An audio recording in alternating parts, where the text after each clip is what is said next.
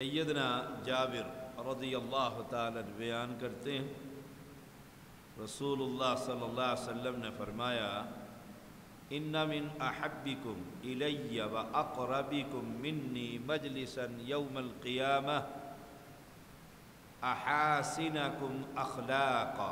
Number 1، یہ خوبی ہے، تم میں سے میرے نزدیک سب سے زیادہ پیارا اور قیامت کے دن سب سے زیادہ قریب۔ ہر بندے کی خواہش ہے کہ رسول اللہ صلی اللہ علیہ وسلم اور اللہ سبحانہ و تعالی ہم سے محبت کرنے لگ جائے۔ ہر بندے کی خواہش ہے، وہ کتنا ہی پاپی کیوں نہ ہو۔ اور حشر کے میدان میں تو ہر بندے کی خواہش ہے کہ نبی کے جھنڈے تلے جگہ مل جائے۔ اعمال ہمارے کیسے ہی کیوں نہ ہو، خواہش تو ہے نا۔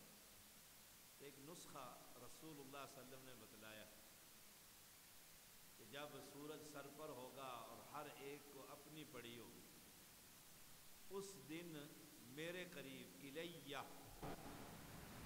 وَأَقْرَبِكُم مِّنِّي، میرے قریب ترین بندہ ہوگا اس دن۔ بڑا خوش قسمت ہے وہ، اور میرا پیارا بھی ہوگا۔ اس کی صفت ہے، اس میں ایک اچھائی ہے، احاسنکم اخلاقا، اس کے اخلاق بہت عمدہ ہوں گے۔ وہ آپس میں لڑتے نہیں ہوں گے، طلبہ ایک دوسرے کی چیزیں نہیں، لڑائی اور فساد۔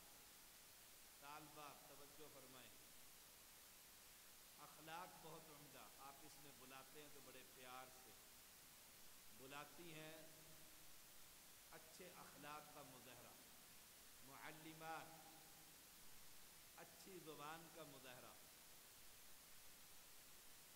طالبات سے گفتگو ایسے جیسے ماں اپنی بیٹی سے کرتی ہے، باپ اپنے بیٹے سے کرتا ہے۔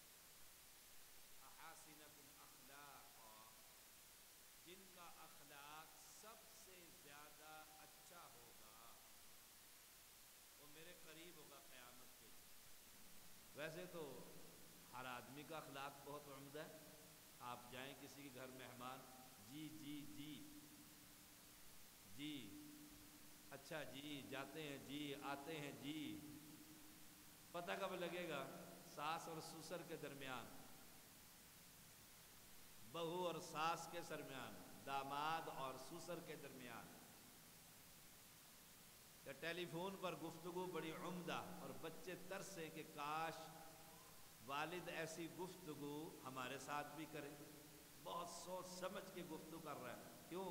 آگے چودھری ہے، باس ہے، ڈائریکٹر ہے، بڑے عمدہ اخلاق، یا بدماش ہے، ظالم ہے، ظلم کرے گا، تو بڑا سوچ کر۔ مزہ تب ہے اچھے اخلاق کا، جیسے ایک محدث جن کے بارے میں بڑا مشہور تھا کہ انہیں غصہ نہیں آتا، بد اخلاق نہیں۔ لوگوں نے بڑا چرچا سنا کہ کسی صحابی کی عملی زندگی دیکھنی ہو، فلاں کو دیکھو، ان کی والد فوت ہو گئے بڑی عمر میں، والدہ بھی بڑی عمر کی، 4 مہینے 10 دن گزرے تو مخالف لوگوں نے ایک نوجوان کو تیار کر کے بھیجا۔ وہ آیا، دروازہ کھٹکھٹایا، شیخ باہر تشریف لائے، سیدھا ہی کہتا ہے میں آپ کی والدہ سے شادی کرنا چاہتا ہوں۔ خود 25 سالہ، والدہ 100 سال کے قریب۔ ہمارے جیسا ہو تو کیا کرے گا؟ وہ اپنی ٹانگوں پہ چل کر نہیں جائے گا، تو شرم حیا ہوتی ہے۔ کمال ہے ان کے اخلاق کا۔ کہنے لگے آپ کی رائے بہت اچھی ہے، لیکن آپ جوان ہیں اور میری والدہ 100 سال کے قریب ہے، وہ آپ کی خدمت نہیں کر سکیں گے۔ جواب دیں، وہ آپ کی خدمت نہیں کر سکیں گے، آپ کو اپنی خدمت کے لیے کوئی جوان عورت چاہیے۔ اس لیے جن لوگوں نے بھیجا انہیں یہ بھی بتلا دو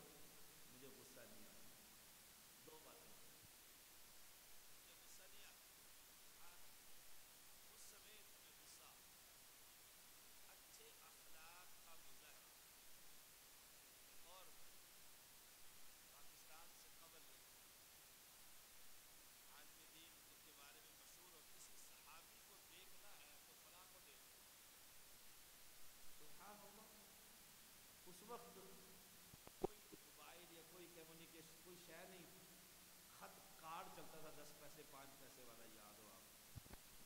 انہوں نے لکھ دیا فلاں دن آئیے ہمیں درس قرآن دیجیے۔ انہوں نے جوابی کارڈ لکھ دیا میں انشاءاللہ پہنچ جاؤں گا۔ انہوں نے پوری جماعت نے فیصلہ کیا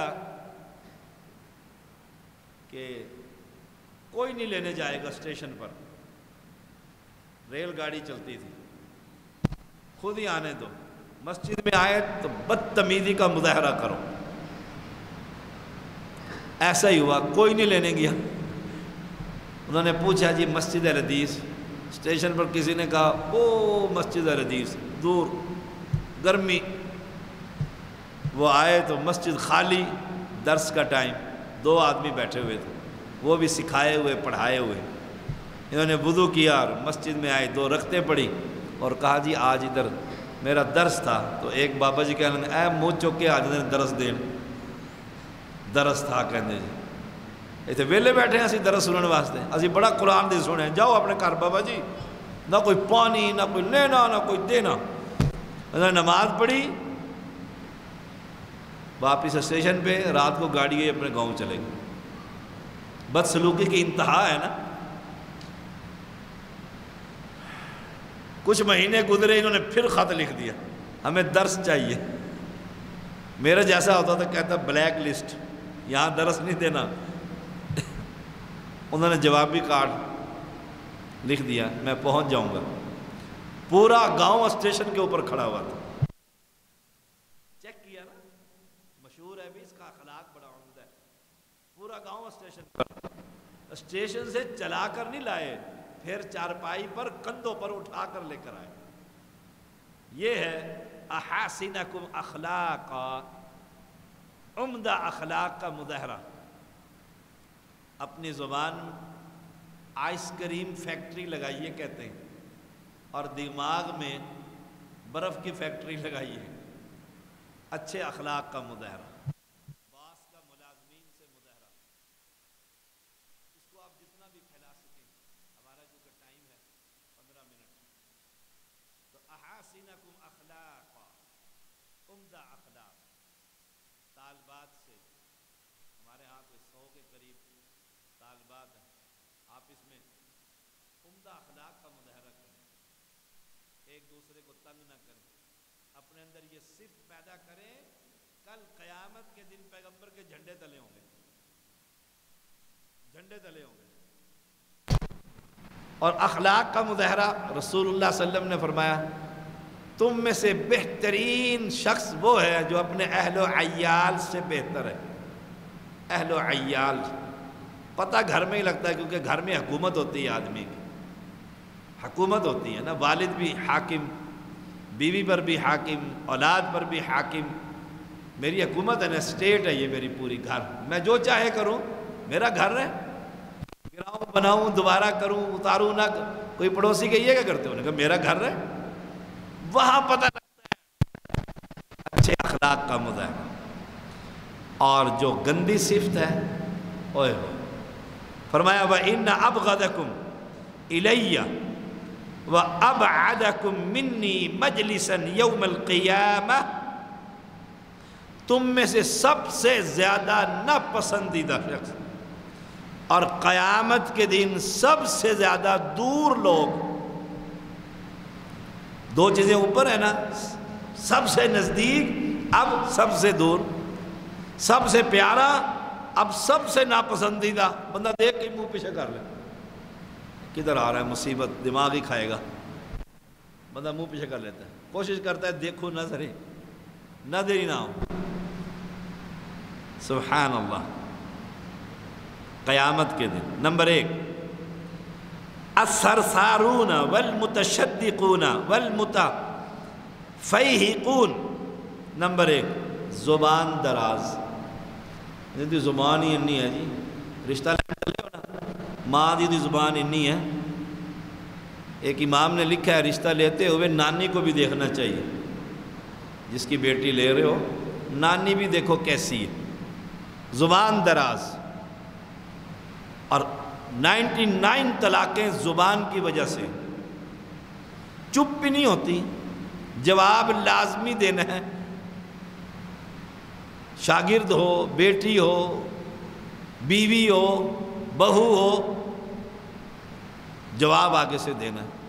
بس جب جواب دے گا تو پھر نوکری سے برخاست، اور خاموشی من سکت نجا، جو خاموش رہا نجات پا گئی۔